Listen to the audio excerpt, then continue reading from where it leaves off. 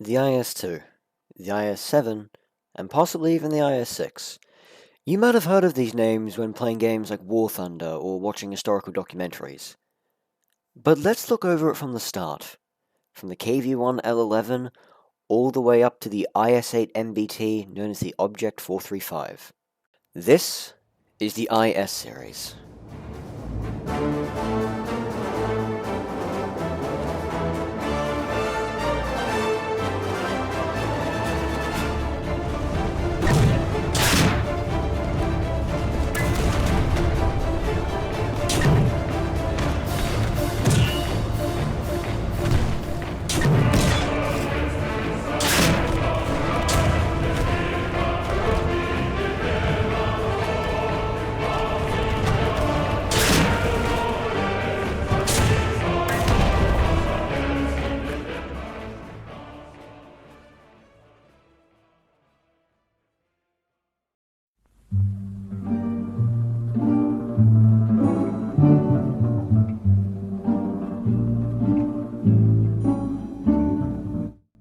At the time, we're able to see that the KV-1L11, KV-2, and KV-1S were all the same tank underneath.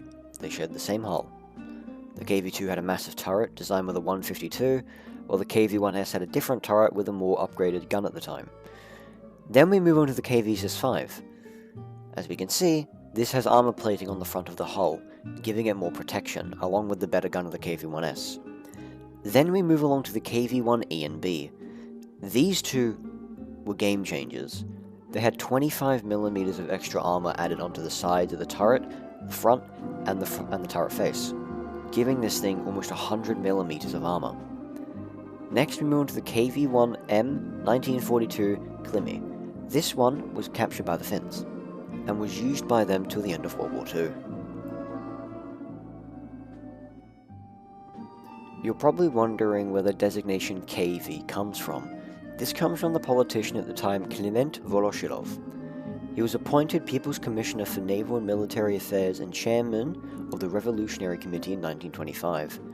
Elected as a member of the Politburo as the same year, he became People's Commissioner for Defense from 1934 to 1940 and was appointed Chairman of the Committee for State Defense from 1941 to 1944 during World War II.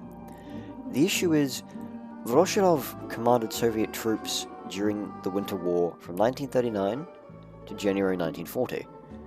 But due to poor Soviet planning and Voloshilov's incompetence as a general, the Red Army suffered over 300,000 casualties compared to the 7,000 Finnish casualties. That is why the later series were called IS, and we'll get to that soon.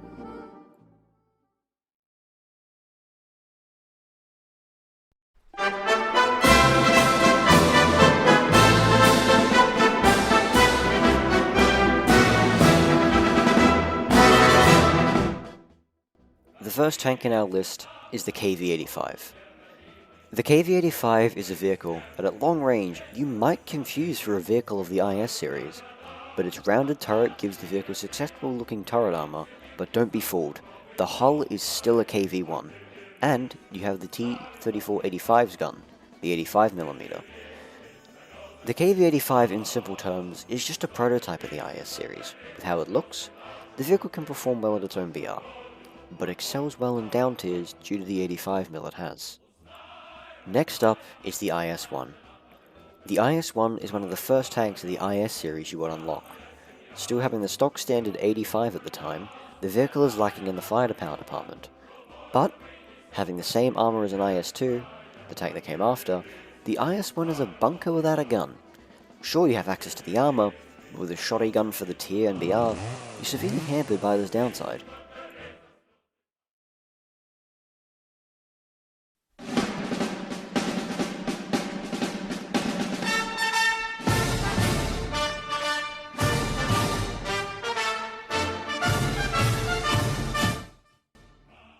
Now we're getting into the main part of the video, the IS-2s. But there's a bit of history we should talk about first. When the vehicle was going through trials, the vehicle wasn't just fitted with its signature 122 donkey gun, we all know it has, but was also fitted with a 100. This severely lowered the reloading time to the gun to about 13 seconds, compared to the 27 seconds needed for a stock IS-2. Though this never went through, we were given the IS-2s with their 122s. This vehicle with the 100 was for some reason named IS-5 by the French. The IS-2s have a strange name, but why change it from the stock standard KV?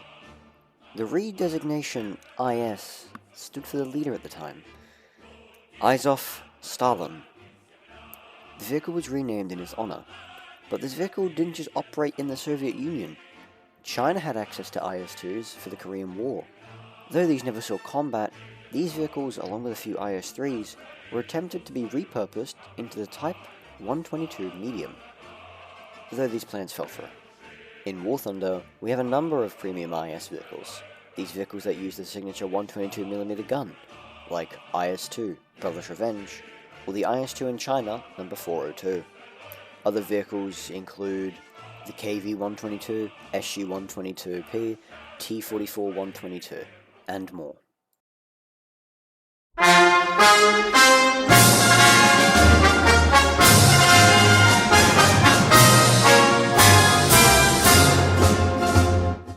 During World War II, the IS-2 had a fault in its design. The driver's optic became a heavy weak spot. Many German rounds from upgraded guns were flying through here and knocking out tanks. So they decided that they would need an upgrade. Many IS-2s were taken back in, along with production being halted to make way for a newly designed hull, the 1944 version, having more sloped armor, giving it much greater protection against Germany's rounds, which had a tendency to bounce at higher angles. These versions of the tank were also delivered to China, giving them more firepower against the possible North American M47 Patton IIs.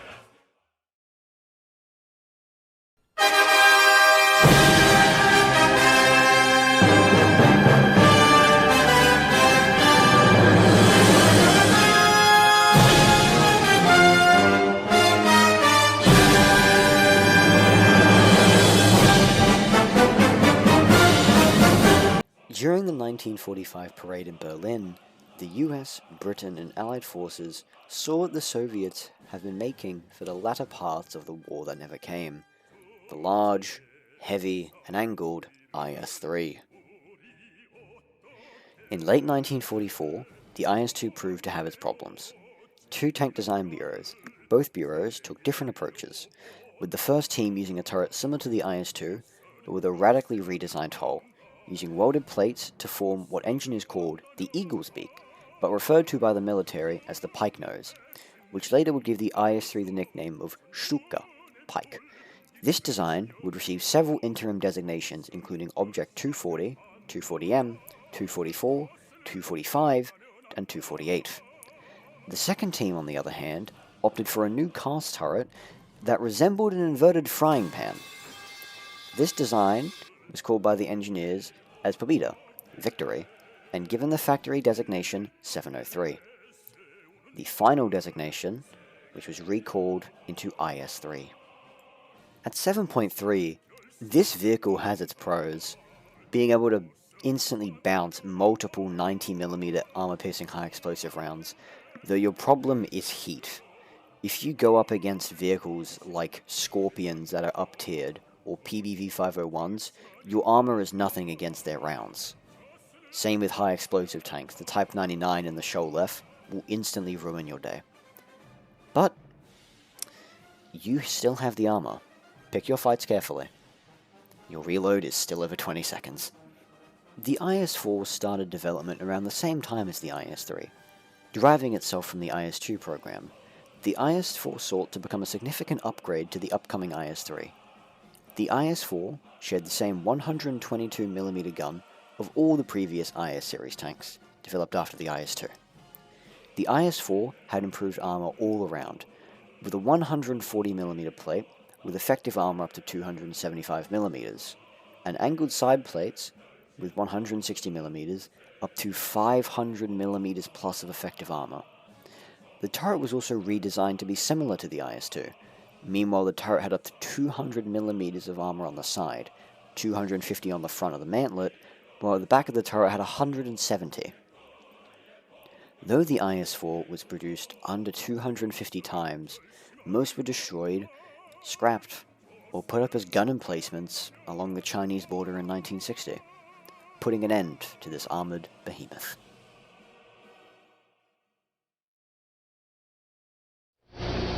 Now I am become death, the destroyer.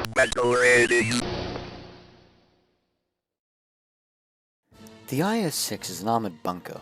Developed alongside the IS-4, one of the prototypes with the designation 253 was built with the electric transmission, while the other, 252, was built with the mechanical transmission. Only 253 is in the game. The IS-4 had two designations, that one being 701, but was also recognised as 245. In-game, the IS-6 plays less like a heavy tank and more like a low-profile mobile bunker. It's surprisingly quick for a Russian heavy, and with the favourable angle for its armour all around, even skilled players struggle to disable it. The speed and good armour do have its limits, even when in a down tier. A Tiger 105 and T-34 from America are still a formidable threat, and anything with heat will almost have no issue disabling you or even severely crippling the tank. With that said, the legendary 122mm packs enough punch to go through anything, even the toughest tanks, with up to 230mm of penetration, even with its best round easily being able to go through the manlet of American T-34s, along with King Tigers and many others. The reload is not too noticeable, as the quick reverse gears allow you to shoot and scoot, which greatly improves on the fact that it feels like a pseudo-MBT rather than a slow heavy. Even when the mobility is disabled, the IS-6 is not helpless, and more so becomes an improvised armoured pillbox. Next we move on to one of the larger guns of this class, the Russian 130.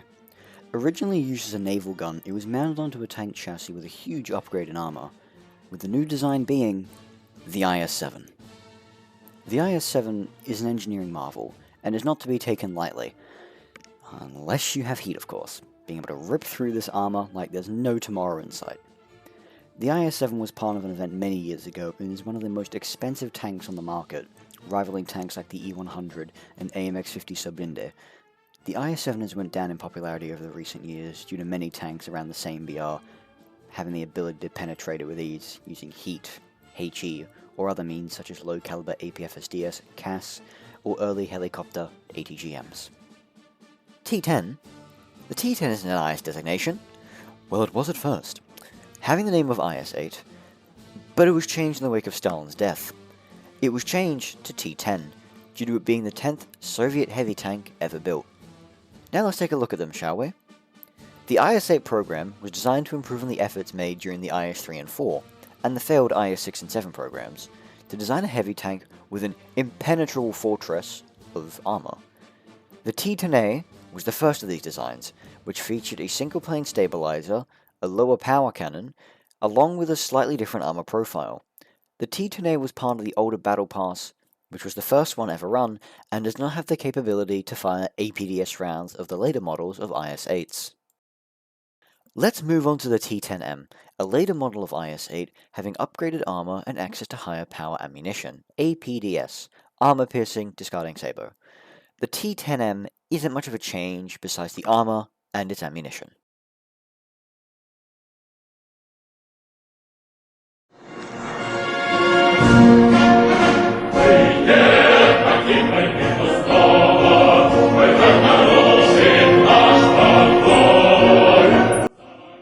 Finally, we move on to the final design, designated as an IS.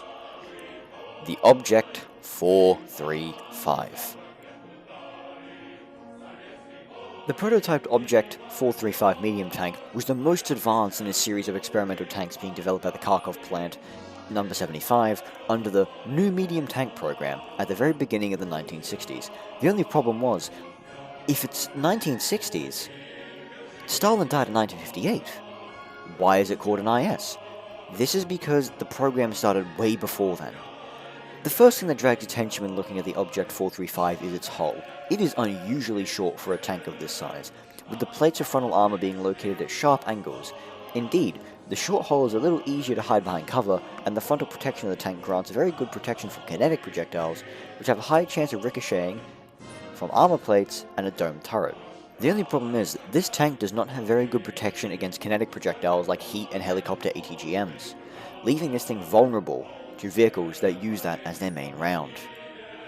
The Object 435 shares the same gun as the T-62, the 115, able to fire the kinetic rounds of 3BM4 and 3BM3, and the chemical rounds of 3BK4 and 3OF11. Being lighter than the T-62, the Object 435 is able to move around at slightly higher speeds, 55 km compared to the 50, and has over 1,000 more RPM compared to the T-62. Though the Object 435 was never put into full production, it was used as a basis for the T-62 and the later T-64A main battle tank. And there you have it. That is all the IS series in War Thunder, using the 122, some 130s, and a singular 115 at the very end, along with a few 85s thrown in there for the mix of it. Thank you all for watching, and we'll see you in the next one. Goodbye.